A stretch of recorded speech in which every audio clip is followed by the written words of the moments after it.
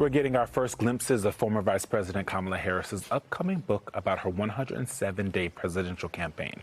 In a new excerpt published by The Atlantic this week, she reflects on former President Biden's decision to run for re-election before he ultimately dropped out, writing, quote, "It's Joe and Jill's decision. We all said that like a mantra, as if we'd all been hypnotized. Was it grace or was it recklessness? In retrospect, I think it was recklessness.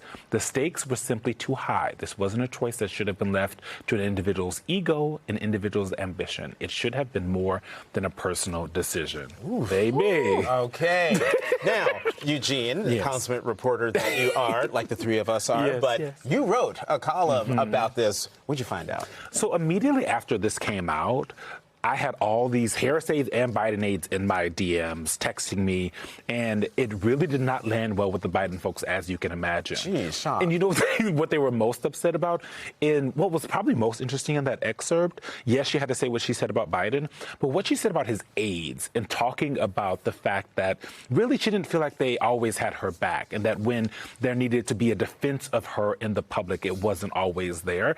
And as a reporter who was covering her deeply at the time, that's just true. And every statement that's come out from these Biden aides who are very upset that she said whatever she said about Joe Biden, her aides will point out none of them have said that she was lying. So, and were any of these people on the record? These are not. A lot of them were. Of them are anonymous. We have, her advisor, Kirsten Allen, is on the record, but a lot of these folks who have issues with what she said, blind quotes. I mean, it was such a juicy, fascinating read. I'm excited to read the full book. But this idea of unrequited loyalty is something that we don't even need her to say. This is something we've all been reporting on and we've seen for ourselves.